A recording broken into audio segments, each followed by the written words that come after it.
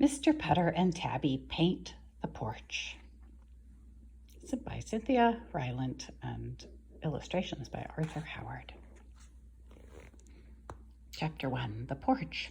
It was springtime, and Mr. Putter and his fine cat Tabby were feeling very chipper. The birds sang, the sun shone, the flowers bloomed.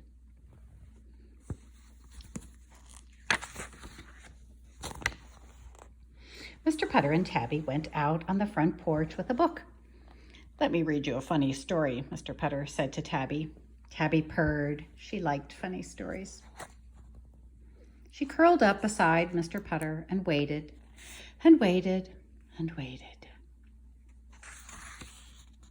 But Mr. Putter was not looking at his book. He was looking at a porch post. Said Mr. Putter. He picked up Tabby and looked more closely. He said again. Mr. Putter walked all around the porch, looking and saying, Finally, he said, "Tabby, this porch needs some paint. First, I'm going to paint the porch. Then I will read you a story." Tabby purred. She loved Mr. Putter's plans, especially when they included her. She followed him to the basement, swishing her tail, happy it was spring. Chapter 2, Scat. Mr. Putter carried his painting things to the porch. He had a bucket of pink paint, a big brush, and some rags.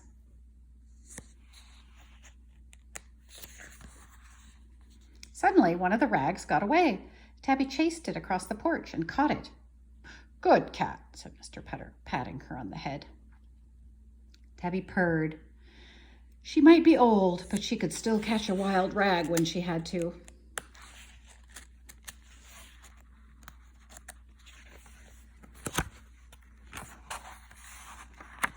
Mr. Putter dipped his brush into the bucket and began to paint. As he painted, he began to sing. He sang about paper roses and bluebonnets and coming around mountains. Tabby purred and purred. This was even better than a story. Mr. Putter didn't yodel when he read a story. All was going well when suddenly a squirrel showed up. The squirrel jumped onto a freshly painted porch rail. "Shoo!" said Mr. Putter. The squirrel jumped onto another rail. "Scat!" said Mr. Putter. Then the squirrel ran across the floor of the porch. "Scram!" said Mr. Putter. And that's when Tabby remembered how good she was at chasing things. "Yikes!" yelled Mr. Putter. The squirrel ran and Tabby ran, and before it was all over, Mr. Putter's porch just sort of painted itself.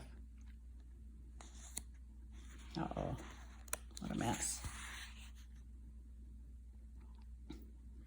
Chapter 3, Very Pink. The next day, Mr. Putter's porch was very pink. The walls were pink, the floor was pink, and even a few of the windows were pink. And Tabby was very pink. Mr. Putter's neighbor, Mrs. Teaberry, walked over with her good dog, Zeke. "Oh, dear," she said, looking at Mr. Putter's porch. Zeke was sniffing Tabby's pink whiskers. Mr. Putter sighed.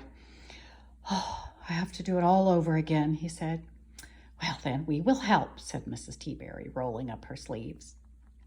So Mr. Putter went back to the basement. Tabby followed, swishing her pink tail. Soon Mr. Putter and Mrs. Teaberry were putting blue paint over pink. And all was going well until suddenly a chipmunk showed up. It jumped on a rail. It ran across the porch. And then Zeke remembered how good he was at chasing chipmunks. Chapter 4, A Lovely Yellow. The next day, Tabby and Zeke stayed inside Mrs. Teaberry's house while Mr. Putter painted his porch. Again, he covered up all the pink paw prints and all the blue paw prints and made the porch a lovely yellow.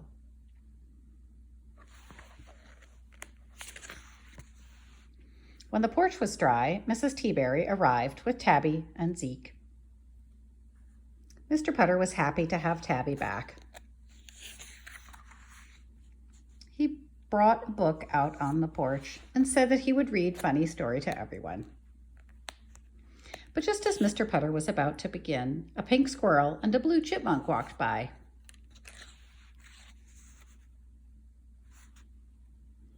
And Mr. Putter and Mrs. Teaberry laughed so hard they didn't even need a funny story.